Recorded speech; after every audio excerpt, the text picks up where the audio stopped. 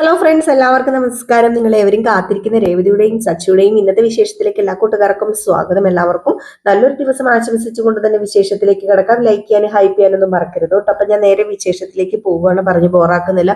തുടങ്ങുമ്പോൾ തന്നെ കാണിക്കുന്നത് സുധിയെയും ചന്ദ്രയും അച്ഛമ്മയാണ്. അപ്പൊ അച്ഛമ്മ ചോദിക്കുകയാണ്, എടാ എന്താടാ നീ ഇങ്ങനെ മൂടി പൊതച്ച് എപ്പോഴും റൂമിനകത്ത് കയറി ഇരിക്കുന്നതിനൊക്കെ എന്താ പറ്റിയത് എന്നിങ്ങനെ ചോദിച്ചു കേട്ടോ. അപ്പോഴത്തേക്ക് നമ്മുടെ സുധി ഒന്നും മിണ്ടുന്നില്ല. അപ്പോഴത്തേക്ക് നമ്മുടെ അച്ഛമ്മ പറഞ്ഞു, അതെ, നീ നിന്റെ അമ്മ പറയുന്നത് മാത്രമേ അനുസരിക്കത്തുള്ളൂ. നിന്റെ അമ്മ ഓടാൻ പറഞ്ഞാൽ ഓടും, നിന്റെ അമ്മ ചാടാൻ പറഞ്ഞാൽ ചാടും, നിന്റെ അമ്മ കഴിക്കാൻ പറഞ്ഞാൽ കഴിക്കും. അതുപോലെ എല്ലാ കാര്യങ്ങളും നിന്റെ അമ്മ പറഞ്ഞിട്ടാണ് നീ അനുസരിക്കാറുള്ളത്, കേൾക്കാറുള്ളത്. ദേ, ഒരു കാര്യം ഞാൻ പറഞ്ഞേക്കാം, ഈ കുടുംബത്തിലെ മൂത്ത മകനല്ലേടാ നീ. നീ അല്ലായിരുന്നോ ആദ്യം അച്ഛനാകേണ്ടത്? എന്നിട്ടേ ഇളയവനെ കണ്ട് പഠിക്കടാ. നിങ്ങൾ എന്തിനാ ഇങ്ങനെ വൈകിപ്പിച്ചു പോകുന്നത്?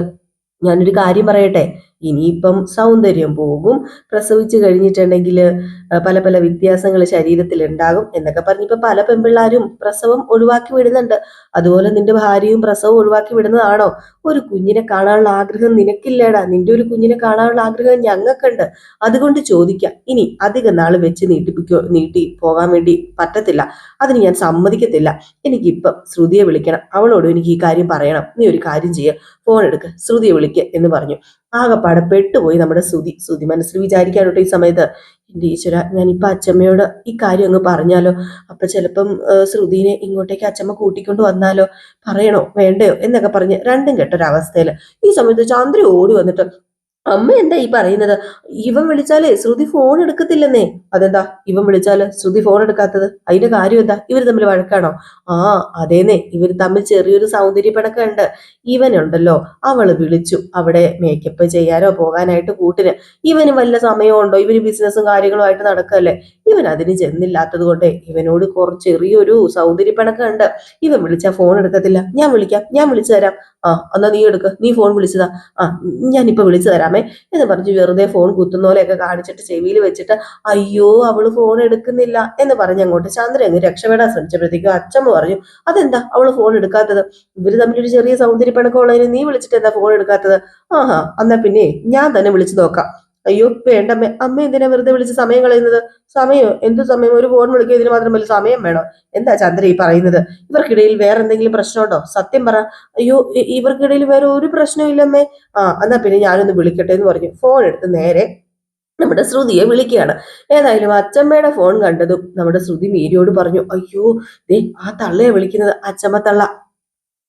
അല്ല, നീ ഫോൺ എടുക്കടി ശ്രുതി. ഓ, ഫോൺ എടുത്തു കഴിഞ്ഞാൽ ശരിയാവത്തില്ല. ഫോൺ എടുത്തു കഴിഞ്ഞാൽ ചിലപ്പോ ഉണ്ടല്ലോ ആ തള്ളേന്റെ ചെവി പൊട്ടിക്കും. സത്യങ്ങൾ അറിഞ്ഞിട്ടാണെങ്കിൽ പിന്നെ ഒന്നും പറയുകയോ വേണ്ട. ചന്ദ്രയുടെ കാര്യം നിനക്കറിയാമോ? എന്റെ ചെകിടത്തിനൊന്ന് പൊട്ടിച്ചതേ ഉള്ളൂ. ഈ സ്ത്രീ ഉണ്ടല്ലോ, ഞാൻ പറഞ്ഞത് കള്ളമാ നുണയാ എന്നൊക്കെ അറിഞ്ഞു കഴിഞ്ഞാൽ ഉണ്ടല്ലോ, എന്റെ കൊങ്ങയ്ക്ക് പിടിച്ച് എന്നെ ഞെക്കി കൊല്ലും ഈ തള്ള. ആഹാ, എന്നിട്ട് നീ കോൾ എടുക്കാതിരുന്ന് കഴിഞ്ഞിട്ടുണ്ടെങ്കിൽ എങ്ങനെയാ ശരിയാകുന്നത്? നിന്നെ അന്വേഷിച്ച് ഇങ്ങോട്ട് വന്നാലോ? അതൊന്നും വരത്തില്ല. ഏതായാലും വേണ്ട, ഞാൻ ഫോൺ എടുക്കുന്നില്ല. ഫോൺ എടുത്താൽ ശരിയാകത്തില്ല. എന്റെ ടെൻഷൻ വെറുതെ കൂടുമെന്നൊക്കെ പറഞ്ഞ് ശ്രുതി എന്ത് ചെയ്തു? ഫോൺ എടുക്കുന്നില്ല. എന്ത് ചെയ്യാനാന്ന് പറയാം. ശ്രുതി ഫോൺ എടുക്കാണ്. ഇപ്പൊ നമ്മുടെ ശ്രുതി ചന്ദ്രോദയത്ത് പോയി ഇരുന്നേനെ. ഏതായാലും ഈ ഒരു സമയത്ത് അച്ഛമ്മ പറഞ്ഞു, ആ, അവള് ഫോൺ എടുക്കുന്നില്ലല്ലോ. ആ, അതാ ഞാൻ പറഞ്ഞത്, അവൾക്ക് എല്ലാവരോടും പിണക്കം കാണും. ഈ കുടുംബത്തിലെ എല്ലാവരോടും അവൾക്ക് പിണക്കാം, ദേഷ്യ എന്നൊക്കെ പറയുമ്പോഴത്തേക്കും അങ്ങനെയാണോ? ഏതായാലും ഇതങ്ങനെ വെറുതെ വിട്ടാൽ ശരിയാവത്തില്ല. ഇതിനൊരു പരിഹാരം ഉണ്ടാക്കാതെ ഞാൻ ഇവിടുന്ന് പോകത്തുമില്ലെന്ന് അച്ഛമ്മ പറഞ്ഞിട്ട് അച്ഛമ്മ അകത്തേക്ക് കയറി പോയപ്പോഴത്തേക്കും നമ്മുടെ ചന്ദ്രയാണെങ്കിൽ, എടാ നീ എന്താടാ കാണിച്ചത്? നീ എന്തിനാടാ ഇങ്ങനെ എപ്പോഴും വിഷമിച്ച് ഇങ്ങനെ നടക്കുന്നത്? അതുകൊണ്ടല്ലേ ആ തള്ളയ്ക്ക് സംശയം തോന്നിയത്. മര്യാദയ്ക്ക് ചിരിച്ചു കളിച്ച് നടന്നോണം. അതെങ്ങനെയാമ്മേ? എന്റെ കുഞ്ഞ്, നിന്റെ കുഞ്ഞ്, നീ മിണ്ടാതിരുന്നോ? അവിടെ വെറുതെ കള്ളം പറയുന്ന നിന്റെ കുഞ്ഞ്. മിണ്ടി പോകരുത്, ഇവിടെ കയറി പോകാൻ നോക്കടാ, അല്ലെങ്കിൽ മര്യാദയ്ക്ക് നീ ഷോറൂമിൽ പോകാൻ നോക്ക് എന്ന് പറഞ്ഞ് നമ്മുടെ ശ്രുതിനെ അവിടുന്ന് അടിച്ചോടിച്ചൊക്കെ വിടുകയാണ് കേട്ടോ ചന്ദ്ര. ഇത് കഴിഞ്ഞ് പിന്നെ കാണിക്കുന്ന സീൻ എന്ന് പറഞ്ഞിട്ടുണ്ടെങ്കിൽ നമ്മുടെ വർഷേനെയാണ്. വർഷം അങ്ങോട്ടും ഇങ്ങോട്ടൊക്കെ ഭയങ്കര നടത്താം. വർഷയ്ക്ക് ആകെപ്പാടെ ടെൻഷൻ ആണല്ലോ. അപ്പൊ ശ്രീകാന്ത് വന്നിട്ട്, എന്താ വർഷം നീ ഇങ്ങനെ നിൽക്കുന്നത്, ഇങ്ങനെ നടക്കുന്നത്? നീ അകത്ത് പോയി റെസ്റ്റ് എടുക്കുക. ദേ, എന്റെ കൺമുമ്പിൽ അങ്ങാണ് നീ വന്നാലുണ്ടല്ലോ, നീ മാറി പോകാൻ നോക്കിക്കോന്നും പറഞ്ഞോട്ട് ശ്രീകാന്തിന്റെ മെക്കിട്ട് അങ്ങോട്ട് കയറുകയാണ് കേട്ടോ. ശ്രീകാന്താണല്ലോ എല്ലാത്തിനും കാരണക്കാരൻ. ഇവളൊന്നും അറിഞ്ഞിട്ടും ഇല്ലല്ലോ, അല്ലാതെ പിന്നെ എന്താ പറയുന്നത്. ഏതായാലും ഈ ഒരു സമയത്ത് നമ്മുടെ രേവതി വന്നിട്ട്, അതെ വർഷേ മോളെ, ഈ പാലങ്ങ് കുടിച്ച്. പാലോ? എനിക്ക് പാലൊന്നും വേണ്ട. ദേ മര്യാദയ്ക്ക് പാല് കുടിക്കാനാ പറഞ്ഞത്. ആഹാ, ഇതെന്താ ഈ പാല് കുടിക്കാത്തത്? എനിക്ക് വേണ്ടെന്ന് പറഞ്ഞില്ലേ? എനിക്ക് പാലും വേണ്ട, ഒരു കോപ്പും വേണ്ട, എനിക്ക് കുറച്ച് സമാധാനമാണ് വേണ്ടത്. ദേ നീ പാല് കുടിച്ചില്ലെങ്കിൽ ഇപ്പൊ ഞാൻ അച്ഛമ്മേനെ വിളിക്കുവേ. നിന്നോടല്ലേ കുടിക്കാൻ പറഞ്ഞത്, അച്ഛമ്മേനെ വിളിക്കുന്നു പറഞ്ഞ് കേട്ട ഉടനെ തന്നെ നമ്മുടെ വർഷം എന്ത് ചെയ്തു, ആ പാല് മൊത്തം കുടിച്ചു കേട്ടോ. അപ്പോഴത്തേക്കും നമ്മുടെ ശ്രീകാന്തും രേവതിയും പരസ്പരം നോക്കി ചിരിച്ചുകൊണ്ട് നിൽക്കാട്ടോ. അപ്പൊ അച്ഛമ്മേനെ ചെറിയ പേടിയുണ്ട്. ഈ ഒരു സമയത്താണ് അച്ഛമ്മയും രവീന്ദ്രനും നമ്മുടെ സച്ചിയും വരുന്നത്. ഈ സമയത്ത് രേവതി അവിടെ നിന്ന് പാല് കുടിപ്പിക്കല്ലേ. അപ്പൊ അച്ഛമ്മ, ദേ മോളെ രേവതി, ഞാൻ ഇറങ്ങാണ് കേട്ടോ, അതിന് കുറച്ച് ദിവസം കഴിഞ്ഞിട്ട് പോയാ പോരെ? പറ്റില്ല, വയലിൽ പണി നടക്കുക, പോണം. മോളെ വർഷേ, എനിക്ക് നിന്നോടാ പറയാനുള്ളത്. ദേ ഞാൻ പോവുകയാണ്, ശരീരം സൂക്ഷിക്കണം, ശ്രദ്ധിക്കണം കേട്ടോ, ആകപ്പാടെ ഫുള്ള് ശ്രദ്ധിക്കണം. ഒരു കുഞ്ഞിന്റെ അമ്മയാകാനുള്ള തയ്യാറെടുപ്പ് അത് വേണം. അച്ഛമ്മ പറഞ്ഞതൊന്നും മറന്നിട്ടില്ലല്ലോ അല്ലേ എന്ന്. ഇത് കേട്ടതും നമ്മുടെ ശ്രുതി, ഇത് കേട്ടോണ്ട് നമ്മുടെ ശ്രുതിയും ചന്ദ്രയും കൂടെ വരികയാണ് കേട്ടോ. ഈ സമയത്ത് നമ്മുടെ ചന്ദ്ര മുഖത്ത് ഭയങ്കര സന്തോഷമൊക്കെ വെച്ചോണ്ടിരിക്കുമ്പോഴത്തേക്കും അച്ഛമ്മ പറയുന്നത്, അവളുടെ മുഖം നോക്കിയേ, എന്തൊരു സന്തോഷം അവളുടെ മുഖത്ത്. ഞാൻ ഇറങ്ങുമ്പോ അങ്ങനെയാ. അതെ, നീ അധികം സന്തോഷിക്കണ്ട, ഞാൻ അടുത്ത് തന്നെ ഇങ്ങോട്ടേക്ക് വരുന്നുണ്ട്. അവളുടെ സന്തോഷം ഇപ്പൊ എന്തേ തൃശ്ശൂർ പൂരത്തിന്റെ ആ ഒരു ഐശ്വര്യമാണ് ചന്ദ്രയുടെ മുഖത്ത്. അത് പിന്നെ ശ്രുതി, എനിക്ക് നിന്നോടൊരു കാര്യം പറയാനുണ്ട്. ശ്രുതി എപ്പോ വരുന്ന പറഞ്ഞത്? അത് പിന്നെ ആ അച്ഛമ്മേ, ശ്രുതി. അപ്പോഴത്തേക്കും ചന്ദ്ര, നാളെ നാളെ നാളെ നാളെ വരും, നാളെ വരും. അപ്പോഴത്തേക്കും ശ്രുതിയും പറഞ്ഞു, നാളെ നാളെ നാളെ വരും. അപ്പം അച്ഛമ്മ, എടാ രവി, അവള് വന്ന എന്നെ ഉടനെ ഒന്ന് വിളിക്കാൻ പറയണം കേട്ടോ, എനിക്ക് അവളോട് കുറച്ച് കാര്യങ്ങളൊക്കെ സംസാരിക്കാനുണ്ട്, ഇങ്ങനെ വിട്ടാൽ ശരിയാവില്ല പിള്ളേരെ. എന്നാ പിന്നെ ഞാൻ ഇറങ്ങുക മക്കളെ എന്നൊക്കെ പറഞ്ഞുകൊണ്ട് എല്ലാവരോടും യാത്രയൊക്കെ ചോദിച്ചിട്ട് ഇറങ്ങി കേട്ടോ. ഈ സമയത്ത് നമ്മുടെ രവീന്ദ്രൻ പറഞ്ഞു, ചന്ദ്രേ, നീയേ അമ്മേനെ പറ്റിച്ചു. എല്ലാവരുടെയും മുമ്പിൽ അമ്മേനെ വിഡ്ഢിയാക്കി. പക്ഷെ അമ്മയുടെ മനസ്സിൽ എന്തൊക്കെയോ സംശയമുണ്ട്. നാളെ അമ്മയ്ക്ക് മുന്നിൽ നീ നാടകം കളിച്ചതാണെന്ന് അറിഞ്ഞു കഴിഞ്ഞാൽ ഉണ്ടാകാൻ പോകുന്ന ഭവിഷ്യത്ത് എന്താണെന്ന് നിനക്ക് അറിയാമോ ചന്ദ്രേ? അമ്മ എങ്ങനെ പ്രതികരിക്കുന്നത് നിനക്ക് ഊഹിക്കാലോ. എനിക്ക് ഇത്ര മാത്രമേ പറയാനുള്ളൂ എന്ന് പറഞ്ഞിട്ട് രവീന്ദ്രനകത്ത് കയറി പോയിട്ടോ. ചന്ദ്രയ്ക്ക് ഒരു ചെറിയ പേടിയൊക്കെ ഉണ്ട്. അച്ഛമ്മ ഇതെല്ലാം മറച്ചു വെച്ചത് ചന്ദ്രയാണെന്ന് അറിഞ്ഞു കഴിഞ്ഞാൽ ചന്ദ്രയ്ക്ക് തക്കത് നല്ല എടുപ്പത് കൊടുക്കും. അങ്ങനെ ചന്ദ്ര ഇങ്ങനെ എന്തൊക്കെയോ ചിന്തിച്ച് ആലോചിച്ച് പിറക്കി കൂട്ടിയൊക്കെ നിൽക്കുകയാണ് കേട്ടോ. എന്നാലും ശ്രുതിനെ വീട്ടിൽ കയറ്റൂല. ഈ ഒരു സമയത്ത് നമ്മുടെ ശ്രുതി ആണെങ്കിലോ എന്തൊക്കെയോ ചിന്തിച്ചുകൊണ്ട് അങ്ങോട്ടും ഇങ്ങോട്ടും ഒക്കെ നടക്കുകയാണ്. നമ്മുടെ ശ്രുതിക്ക് സമാധാനം കിട്ടുന്നില്ല. അമ്മ എന്താ ഇങ്ങനെ? അമ്മയ്ക്ക് തീരെ മനസാക്ഷി ഇല്ലല്ലോ. എന്റെ കുഞ്ഞല്ലേ ശ്രുതിയുടെ വയറ്റിൽ വളരുന്നത്. എന്റെ ഈശ്വര, അവളെ കൂട്ടിക്കൊണ്ട് വന്നേ പറ്റൂ, ഇല്ലെങ്കിൽ ശരിയാവില്ല. അമ്മയുടെ കാര്യം പറഞ്ഞ് ഞാൻ എന്റെ ഭാര്യനെ തള്ളിക്കളഞ്ഞാൽ എങ്ങനെയാ ശരിയാവുന്നത്? വർഷേനേക്കാളും മുമ്പേ ശ്രുതി പ്രഗ്നന്റ് ആണെന്നല്ലേ പറഞ്ഞത്. അപ്പൊ കുഞ്ഞ് പിറന്നാൽ സ്വത്ത് മുഴുവൻ ഞങ്ങൾക്ക് കിട്ടും, അതുറപ്പാ. എന്റെ നല്ല കാലം വരാൻ പോവാ. എങ്ങനെയെങ്കിലും അമ്മ അത് പറഞ്ഞൊന്ന് മനസ്സിലാക്കിപ്പിക്കണം. ഓഹോ, അത് വലിയൊരു ടാസ്ക് തന്നെയാ. എന്നാലും സാരമില്ല, അമ്മയോട് പറഞ്ഞു മനസ്സിലാക്കിപ്പിക്കാം. ആ സ്വത്ത് കൈ വന്നു കഴിഞ്ഞിട്ടുണ്ടെങ്കിലേ ഞാൻ കോടീശ്വരൻ. പിന്നെ എന്റെ ടാലന്റ് ഒക്കെ എനിക്ക് വെളിയിലെടുക്കാനായിട്ട് പറ്റും. അമ്മയുടെ സമ്മതത്തോടു കൂടി തന്നെ ശ്രുതിയെ ഇങ്ങോട്ടേക്ക് കൂട്ടിക്കൊണ്ട് വന്നേ പറ്റൂന്ന്. ഏതായാലും ഈ ഒരു സമയത്ത് നമ്മുടെ ചന്ദ്ര, എന്റെ പൊന്നു ഭാമേ, ഇപ്പോഴാ ഒരു സമാധാനമായത്. കുറച്ചു മുമ്പ് അമ്മ ഇറങ്ങിയതേ ഉള്ളൂ. എത്ര നാളെന്ന് വെച്ചിട്ടാ മനുഷ്യൻ കടിച്ചു പിടിച്ച് നിൽക്കുന്നത്. ഞാൻ ശ്വാസം അടക്കി നിൽക്കുകയായിരുന്നു എന്നൊക്കെ പറഞ്ഞ് ഭാമയോട് ഫോൺ സംസാരിക്കാം. അപ്പൊ നമ്മുടെ ശ്രുതി വന്നിട്ട് അമ്മയെന്ന് വിളിച്ചപ്പോഴത്തേക്കും ഭാമ പറഞ്ഞു, ഭാമയല്ല ചന്ദ്ര പറഞ്ഞു, ഞാൻ ഇപ്പൊ വിളിക്കാം ഭാമയെന്ന് പറഞ്ഞ് ഫോൺ കട്ട് ചെയ്തു. അപ്പോഴത്തേക്കും ശ്രുതിയോട് ചോദിച്ചു, എന്താടാ? അത് പിന്നെ അച്ചമ്മയ്ക്ക് ചെറിയൊരു സംശയമുണ്ട്. നാളെ അച്ചമ്മ ഇത് അറിഞ്ഞു കഴിഞ്ഞാൽ വലിയ പ്രശ്നമാകും. അതിനു മുമ്പ് നമ്മള് ശ്രുതിയെ കൂട്ടിക്കൊണ്ട് വരുന്നതല്ലേ നല്ലത്. ഒന്ന് ഓർത്തു നോക്കിക്കേ. പിന്നെ വേറൊരു കാര്യമുണ്ട്. അതെ, അല്ലെങ്കിൽ കുറ്റം മുഴുവൻ അമ്മയുടെ തലയിലായിരിക്കും. എന്തിനാ വെറുതെ എന്റെ അമ്മ എല്ലാ കുറ്റവും ഏറ്റെടുക്കുന്നത്? ഞാൻ ഒരിക്കലും ശ്രുതിയെ ന്യായീകരിക്കുന്ന ഒന്നുമല്ല. അവള് ചെയ്തത് തെറ്റ് തന്നെയാ. അവളെ നമുക്ക് എന്തെങ്കിലുമൊക്കെ പറഞ്ഞ് ശിക്ഷിക്കാം. ഇപ്പോഴും ശിക്ഷ കൊടുത്തോണ്ടിരിക്കുകയല്ലേ. എത്ര നാളെന്ന് വെച്ച അമ്മേ ഇങ്ങനെ പോകുന്നത്? നാട്ടുകാരും വീട്ടുകാരും എല്ലാവരും അമ്മേനെ ഇപ്പൊ തന്നെ കുറ്റപ്പെടുത്താൻ തുടങ്ങിയില്ലേ? അത് ശരിയാണോ അമ്മ? അങ്ങനെ കുറ്റപ്പെടുത്തി കഴിഞ്ഞിട്ടുണ്ടെങ്കിൽ എനിക്കത് ഇഷ്ടപ്പെടത്തില്ല. എന്റെ അമ്മേനെ കുറ്റപ്പെടുത്തുന്നത് എനിക്ക് സങ്കടമാണ്. പിന്നെ ശ്രുതി പോയി കഴിഞ്ഞാൽ പിന്നെ ബിസിനസ് ഒക്കെ താളം തെറ്റി. എല്ലാം കൊണ്ടും എനിക്ക് കഷ്ടകാലമാ. ഡീലേഴ്സ് ഒന്നും പറഞ്ഞ സമയത്ത് ക്യാഷ് പോലും കൊടുക്കാനായിട്ട് പറ്റുന്നില്ല. ആകെപ്പാട് ടെൻഷനായി. എത്ര നാളെന്ന് വെച്ചാൽ ഇങ്ങനെ പോകുന്നത്? ഞാൻ ടെൻഷൻ അടിച്ച് ഞാൻ ചത്തുപോകും. എന്തൊക്കെ പറഞ്ഞാലും ശ്രുതി കൂടെ ഉണ്ടായിരുന്നപ്പം എന്തിനും ഒരു ധൈര്യം തന്നെ ആയിരുന്നു. പിന്നെ നല്ല ബിസിനസ്സും ഉണ്ടായിരുന്നു അവള് കൂടെ ഉണ്ടായിരുന്നപ്പം. അതുകൊണ്ടാ ഞാൻ പറയുന്നത്, നമുക്ക് അവളെ കൂട്ടിക്കൊണ്ട് വന്നാലോ? അമ്മ ഒന്ന് ചിന്തിക്ക്. അമ്മ ഒന്ന് ചിന്തിച്ചു നോക്ക്. പിന്നെ ഒരു കാര്യം പറയട്ടെ, സത്യത്തിൽ ശ്രുതി ആദ്യം പ്രഗ്നന്റ് ആയത്. അപ്പം അച്ഛമ്മയുടെ സ്വത്തുവകകളൊക്കെ ഞങ്ങൾക്കല്ലേ കിട്ടേണ്ടത്. ആ സ്വത്ത് വിറ്റാൽ തന്നെ വലിയൊരു തുക കിട്ടും. അതോടുകൂടി ഞാൻ രക്ഷപ്പെടും അമ്മേ. ഞാൻ രക്ഷപ്പെട്ട് കാണാൻ ഈ ലോകത്തിൽ ഏറ്റവും കൂടുതൽ ആഗ്രഹിക്കുന്നത് എന്റെ അമ്മയല്ലേ. അതുപോലെ വേറൊരാളുണ്ടോ? ശ്രുതിയെ കൂട്ടിക്കൊണ്ട് വന്നില്ലെങ്കിൽ, ശ്രുതിയെ പ്രസവിച്ചാലും ആ സ്വത്ത് വകകളൊന്നും എനിക്ക് കിട്ടാതെ ആകും അമ്മേ. അപ്പൊ ഒന്ന് ഓർത്ത് നോക്കമ്മേ, അമ്മ ഒന്ന് ചിന്തിച്ചു നോക്കമ്മേ, ഞാൻ പറയുന്നല്ലേ ശരിയാ. അപ്പൊ നമ്മുടെ ചന്ദ്ര എന്തൊക്കെയോ ഇങ്ങനെ ചിന്തിക്കുന്നുണ്ട് കേട്ടോ. പിന്നെ നമ്മുടെ ശ്രുതി പറഞ്ഞു, അത് പിന്നെ ഈ സമയത്തെ ശ്രുതി സന്തോഷവതി ആയിട്ട് ഇരിക്കണ്ടേ, എന്നാലല്ലേ ആരോഗ്യമുള്ളൊരു കുഞ്ഞ് പിറക്കത്തുള്ളൂ. ഇങ്ങനെയുള്ള മാനസിക സംഘർഷങ്ങളൊന്നും ഒന്നും ഉണ്ടാകരുത്, അതെന്റെ കുഞ്ഞിനെ ബാധിക്കും. ഞാൻ കൂടെ തന്നെ വേണമെന്നേ അവളുടെ. പ്ലീസ്, ഞാൻ കാല് പിടിക്കാം അമ്മ. ഞാൻ ഇവിടെയും അവൾ അവിടെയും ആയിട്ടുണ്ട്. എങ്ങനെയാ ശരിയാകുന്നത് ഈ സമയത്ത്? പ്ലീസ് അമ്മ, അമ്മ സമ്മതിക്കമ്മേ, എനിക്ക് വേണ്ടി. അമ്മ അവളോടൊന്ന് ക്ഷമിക്കണം പ്ലീസ്. അമ്മയുടെ മോനല്ലേ ഞാന്, അമ്മയ്ക്ക് ഏറ്റവും ഇഷ്ടമുള്ള മോനല്ലേ ഞാന്. അമ്മ പറയുന്ന എല്ലാം ഞാൻ കേൾക്കുന്നതല്ലേ. ഞാന് ചെല്ലട്ടെ അവളെ കൂട്ടിക്കൊണ്ട് വരാന്? അങ്ങനെയാണെങ്കിൽ നിന്റെ ആഗ്രഹം പോലെ നടക്കട്ടെ, നീ പോയി കൂട്ടിക്കൊണ്ട് വാ. അയ്യോ, എന്റെ അമ്മയാണ് ഈ പറയുന്നത്. താങ്ക്സ് അമ്മേ. ഏതായാലും നീ തനിച്ചു പോകണ്ട, ഞാനും കൂടി വരാം. അയ്യോ, അതിലും നന്നായി.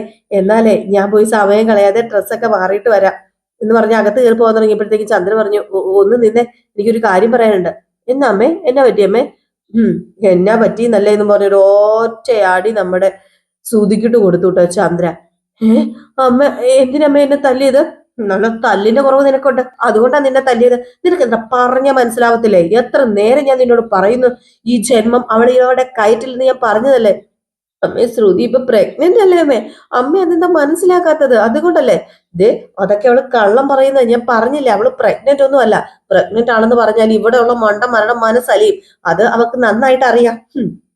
അതുകൊണ്ട് തന്നെയാ അവളെ ഇങ്ങോട്ട് കൂട്ടിക്കൊണ്ട് വരാനുള്ള വെറും ഒരു സൂത്രം മാത്രമാ. അവളെ അന്ധമായി വിശ്വസിച്ചിരുന്നൊരു കാലം ഉണ്ടായിരുന്നു, ഇനി അതൊരിക്കലും ഉണ്ടാവില്ല. അയ്യോ അമ്മ, ഇങ്ങനെ പറയല്ലേ അമ്മേ, അവള് കള്ളം പറഞ്ഞതല്ലമ്മേ, അവള് സത്യം പറഞ്ഞതാ. ഇങ്ങനെ ഉറപ്പിച്ചു പറയാൻ റിപ്പോർട്ടൊന്നും നിന്നെ കാണിച്ചിട്ടില്ലല്ലോ? കാണിച്ചിട്ടുണ്ടോ? ഇല്ലല്ലോ. അത് പിന്നെ അമ്മ, ഒരു കള്ളം പറയുന്നതിനുള്ള ശിക്ഷ അവളിപ്പം അനുഭവിക്കുന്നത്. ഇനി വീണ്ടും അവള് അങ്ങനെ പറയാനേ ധൈര്യപ്പെടില്ല. പിന്നെ ഞാനും അതിനെക്കുറിച്ച് ആലോചിക്കാതെ ഒന്നും വരുന്നില്ല. അതിനുള്ള സാധ്യത മുന്നേ കണ്ടിരുന്നു. അതുകൊണ്ട് അവള് പറഞ്ഞത് സത്യമാണെന്ന് ഞാൻ വിശ്വസിക്കുന്നത്. ഓ, നീ അങ്ങനെ വിശ്വസിച്ചോ? നീ അങ്ങനെ വിശ്വസിക്കുക. പക്ഷെ ഞാനത് വിശ്വസിക്കാൻ പോകുന്നില്ല. എന്റെ തീരുമാനത്തിന് ഒരു മാറ്റം ഉണ്ടാകാൻ പോകുന്നില്ല. അവള് ഈ വീട്ടിൽ കയറ്റില്ലെന്ന് പറഞ്ഞാൽ കയറ്റില്ല, അത്ര തന്നെ. ഇനി നിന്റെ കൂടെ അവൾ ഉണ്ടാകില്ല. ഞാനത് പറഞ്ഞു കഴിഞ്ഞു. എന്റെ വാക്ക് ധിക്കരിച്ച അവളെ ഇങ്ങോട്ട് കൂട്ടിക്കൊണ്ട് വന്നാലേ പിന്നെ നിനക്ക് അമ്മയില്ല, ആരുമില്ല, ഒന്നുമില്ല. അയ്യോ അമ്മ പോവല്ലേ അമ്മ. അമ്മ പോവല്ലേന്നോ? നിന്റെ അച്ഛനോട് പറഞ്ഞത് എനിക്ക് നിന്നോട് പറയാനുള്ളൂ. അവളെ ഇങ്ങോട്ട് കൂട്ടിക്കൊണ്ട് വന്നാല് ഞാൻ ഈ വീട്ടിൽ കാണില്ല, ഞാൻ ഇവിടെ നിന്ന് ഇറങ്ങിയിരിക്കും. പിന്നെ ഈ ജന്മത്ത് നീ എന്നല്ല ആരും എന്നെ കാണത്തില്ലെന്ന് പറഞ്ഞിട്ട് വീണ്ടും ചന്ദ്രാകത്തേക്ക് കയറി പോയിട്ട് വീണ്ടും ഊരാ കുരുക്ക് നമ്മുടെ ശ്രുതിക്ക്. പിന്നെ കാണിക്കുന്ന സീൻ എന്ന് പറഞ്ഞിട്ടുണ്ടെങ്കിൽ നമ്മുടെ മീരയും ശ്രുതിയും കൂടെ തന്ത്രപരമായിട്ട് ദേവു ജോലി ചെയ്യുന്ന ഹോസ്പിറ്റലിൽ പോവാണ്. എന്തിനാണെന്ന് നിങ്ങൾക്ക് അറിയാലോ. ഇന്നലെ നമ്മുടെ ശ്രുതി മീരയോട് പറഞ്ഞായിരുന്നല്ലോ, വേറൊന്നിനുമല്ല, ദേവുവിനെ പറഞ്ഞു വിശ്വസിപ്പിക്കണം നമ്മുടെ ശ്രുതി പ്രഗ്നന്റ് ആണെന്ന്. അങ്ങനെ ഹോസ്പിറ്റലിൽ ചെന്നപ്പോ മീര പറഞ്ഞു, ഇതൊക്കെ വല്ല നടക്കുന്ന കേസ് വല്ലതും ആണോടി? ആ പെണ്ണിന്ന് വന്നിട്ടുണ്ടോ? അത് നിനക്കറിയാമോ? അവള് ഡെയിലി വരുന്നതല്ലേ, അവള് ഡെയിലി വരും, ഇന്ന് അവള് വന്നിട്ടുണ്ടായിരിക്കും എന്നൊക്കെ പറഞ്ഞിട്ട് ഇവരിങ്ങനെ സംസാരിച്ചുകൊണ്ടിരിക്കുകയാണ് കേട്ടോ. അപ്പോഴത്തേക്കാണെങ്കിൽ നമ്മുടെ ദേവ് കറക്റ്റ് വരികയും ചെയ്തു. വരികയല്ല, ഇവർ ചെന്ന് മുമ്പ് ചാടിക്കൊടുക്കുകയാണ് ദേവിന്റെ മുമ്പിൽ. ഏതാണ്ട് കാണാത്ത രീതിയിൽ പെട്ടെന്ന് ചെന്ന് ചാടിക്കൊടുക്കുക ദേവു അതിലേക്കൂടെ അപ്പോഴത്തേക്കും ഇതാര്, ശ്രുതി ചേച്ചിയോ എന്ന് ദേവ് ചോദിച്ചു. അപ്പൊ പറഞ്ഞു, അതെ മോളെ, ഞാനേ ഹോസ്പിറ്റലിൽ വന്നതാ. എന്താ പറ്റിയത്? അപ്പൊ മീര, അല്ല, ഇത് രേവതിയുടെ അനീതിയല്ലേ? അതെ, ഞാന് രേവതി ചേച്ചിയുടെ അനീതിയാ. ആ അതെ, ഒരു കാര്യം ഉണ്ടായിരുന്നേ, ഞങ്ങൾ ഈ ഹോസ്പിറ്റലില് എനിക്കൊരു അബദ്ധം പറ്റിപ്പോയല്ലോ എന്നപ്പോഴത്തേക്ക് ശ്രുതി. അപ്പോഴത്തേക്ക് മീര ചോദിച്ചു, എന്താ? അല്ല, ഇവളിവിടെ ഉണ്ടായിരുന്നെങ്കിലേ ഇവള് ചീട്ടെടുത്ത് വെക്കായിരുന്നല്ലോ. അപ്പൊ നമുക്ക് കുറച്ചും കൂടെ നേരത്തെ ഡോക്ടറിനെ കാണാൻ പറ്റുമായിരുന്നല്ലോ. എന്തോ ഒരു അബദ്ധമായി പോയി. അപ്പോഴത്തേക്ക് നമ്മുടെ ദേവ് പറഞ്ഞു, അതോ, നിങ്ങൾക്ക് എന്താ നേരത്തെ വിളിച്ച് പറയായിരുന്നല്ലോ, എന്താ പറ്റിയത്? വിശേഷമുണ്ട്, വിശേഷം. വിശേഷോ? മീരയ്ക്കോ? മീരയുടെ കല്യാണം കഴിഞ്ഞായിരുന്നോ? ആ, ഞാൻ ഓർത്തു കഴിഞ്ഞെന്ന്, അതുകൊണ്ടാ ഞാൻ ചോദിച്ചത്. ആ, എനിക്കല്ല വിശേഷം, ഇവക്ക വിശേഷം, ശ്രുതിക്ക്. ഓ, ശ്രുതി ചേച്ചിക്കോ? അതെ, ഞാനിവിടെ ഗൈനക്കോളജിസ്റ്റിനെ കാണിക്കാൻ വേണ്ടി വന്ന ലക്ഷ്മിപ്രിയ. നല്ല ഡോക്ടർ അല്ലേ? ആ, നല്ല ഡോക്ടറാ. എന്നാ പിന്നെ ശരി എന്നാല് എന്ന് പറഞ്ഞിട്ട് അങ്ങ് പോയി കേട്ടോ. ഏതായാലും ഈ ഒരു സമയത്ത് നമ്മുടെ ശ്രുതിനെ വലിയ രീതിയിൽ മൈൻഡ് ഒന്നും ചെയ്തില്ല കേട്ടോ. ദേവു. അപ്പോഴത്തേക്കും മീര പറഞ്ഞു, അതെ നിന്നെ വലിയ രീതിയിൽ മൈറ്റൊന്നും ചെയ്തില്ലല്ലോ അവള്. ഇനിയിപ്പൊ ഗൈനക്കോളജിസ്റ്റ് എന്ന് പറഞ്ഞത് വലിയ പ്രശ്നമായി, ഇനി അവള് പോയി അന്വേഷിക്കോ? പിന്നെ അവക്ക് വലിയ മൈൻഡ് ഇല്ലല്ലോ. അവള് നമ്മൾ പറഞ്ഞൊക്കെ വിശ്വസിച്ചു, അത് ഉറപ്പാ. ആ ദേ മാത്രമല്ല കേട്ടോ, അന്ന് വാണിംഗ് കൊടുത്തത് കൊണ്ടേ അവള് ഇനി എന്റെ കാര്യത്തിൽ ഇടപെടുകയേയില്ല. അന്നൊരു വലിയ പ്രശ്നം ഉണ്ടായതല്ലേ. നീ കണ്ടോ, ഇപ്പൊ നമ്മൾ ഇവിടെ കണ്ട കാര്യം അവൾ അവളുടെ ചേച്ചിനെ വിളിച്ച് ഇപ്പൊ തന്നെ പറയും. എന്തുണ്ടെങ്കിലും അവർ പരസ്പരം സംസാരിക്കുന്ന കൂട്ടത്തിലുള്ളതാ. പ്രത്യേകിച്ച് എന്റെ കാര്യം അവർ പറയുകയും ചെയ്യും. അപ്പോഴത്തേക്കും ഇതൊക്കെ സെറ്റ് ആവുമായിരിക്കും അല്ലേ ശ്രുതി? ആകും മീരെ, ആകും. അതാക്കാനാണല്ലോ നമ്മൾ വന്നത് എന്ന്. ഈ ഒരു സമയത്ത് നമ്മുടെ രേവതിനെ കാണിക്കാട്ടോ. രേവതി ആണെങ്കിൽ ഇങ്ങനെ തുടച്ചോണ്ടിരിക്കുകയാണ്. അങ്ങനെ തുടച്ചോണ്ടിരിക്കുമ്പോഴത്തേക്കും നമ്മുടെ സച്ചി വന്നു. അച്ഛമ്മേനൊക്കെ കൊണ്ടാക്കിയിട്ട് സച്ചി വരുവാണ് കേട്ടോ. അപ്പൊ സച്ചി പതുക്കെ വന്നിട്ട് എന്തു പറ്റി? ഓടിച്ചാടി നടന്ന് ജോലി ചെയ്യുന്ന ആളാണല്ലോ, എപ്പോഴും നല്ല ഉഷാറായിരുന്നല്ലോ, ഇപ്പൊ എന്താ പറ്റിയത്? ഒരു വിഷമം? അത് അത് പിന്നെ സച്ചേട്ടാ ഒന്നുമില്ല. ഒന്നുമില്ലെന്നൊന്നും അല്ല, എന്തോ ഉണ്ട് കേട്ടോന്ന്. അപ്പോഴത്തേക്കും സച്ചി ഇങ്ങനെ രേവതിനെ ചേർത്ത് നിർത്തിയിട്ട് ചോദിച്ചു, എന്താ പറ്റിയത്? അതെ, എന്താ പറ്റിയെന്ന് പറഞ്ഞേ. എന്റെ കൊച്ചിന് എന്താ പറ്റിയത് പറഞ്ഞേ. എന്തോ പ്രശ്നമുണ്ടല്ലോ, അല്ലെങ്കിൽ ഈ മുഖം ഇങ്ങനെ വാടിയിരിക്കത്തില്ല, എന്തോ ഒരു മൂഡ് ഔട്ട് ഉണ്ടല്ലോ, എന്തോ ഒരു വിഷമം പോലെ. അപ്പോഴത്തേക്ക് നമ്മുടെ രേവതി പതുക്കെ കരയാൻ തുടങ്ങി കേട്ടോ. പറ പറ, എന്താ പ്രശ്നം? എന്നോടല്ലാതെ നീ വേറെ ആരോടാ പറയേണ്ടത്? അത് പിന്നെ ശ്രുതിയും വർഷയും അമ്മയകം പോവല്ലേ. പക്ഷേ സച്ചേട്ടാ, എന്റെ ആഗ്രഹം മാത്രം നടക്കുന്നില്ലല്ലോ. ഓ അത് ശരി, അപ്പൊ അതായിരുന്നോ കാരണം? ദേ പൊട്ടിപ്പെണ്ണെ, ഇങ്ങ് വന്നേ. നിന്നെ എന്നാടി ഞാൻ ചെയ്യേണ്ടത്? നീ ഇങ്ങനെ വിഷമിക്കാതെ സങ്കടപ്പെടാതെ, നിന്റെ ആഗ്രഹങ്ങളെല്ലാം നടക്കും, എല്ലാം സാധ്യമാകും. അല്ല സച്ചേട്ടാ, അവർക്ക് മുന്നേ ഈ വീട്ടിൽ കയറി വന്നവളല്ലേ ഞാന്. എന്നിട്ടും അതൊന്നും നമ്മൾ മാത്രം വിചാരിച്ച പോലെ ദൈവം കൂടി വിചാരിക്കണമെന്ന് നീ ഇടയ്ക്കിടയ്ക്ക് പറയാറുണ്ടല്ലോ. പിന്നെ എന്താ? ഏതായാലും ഈ സമയത്ത് പെട്ടെന്ന് ഫോൺ റിങ് ചെയ്യാട്ടോ. ഫോൺ റിങ് ചെയ്തത് നമ്മുടെ രേവതി ദേവു ആണല്ലോ എന്ന് പറഞ്ഞ് എടുത്തു. ഇപ്പൊ ദേവു കാര്യമൊക്കെ പറയാൻ വേണ്ടി വിളിക്കുന്നതാണേ. ഏതായാലും ദേവു വിളിച്ചു പറയുന്ന കാര്യങ്ങള് നമ്മുടെ മീരയും ശ്രുതിയും ഒളിഞ്ഞു നിന്ന് കേൾക്കണമുണ്ട് കേട്ടോ. കാരണം കൺഫേം ആക്കുകയാണ് അവര്. അപ്പൊ ഈ ഒരു സീൻ കാണിച്ചിട്ടാണ് ഇന്നത്തെ വിശേഷം അവസാനിക്കുന്നത്. അപ്പൊ എല്ലാവരും കാത്തിരിക്കുക അടുത്ത വിശേഷത്തിനായിട്ട്. Tata bye bye. ലൈക്ക് ചെയ്യാനും ഹൈപ്പ് ചെയ്യാനും മറക്കരുത്.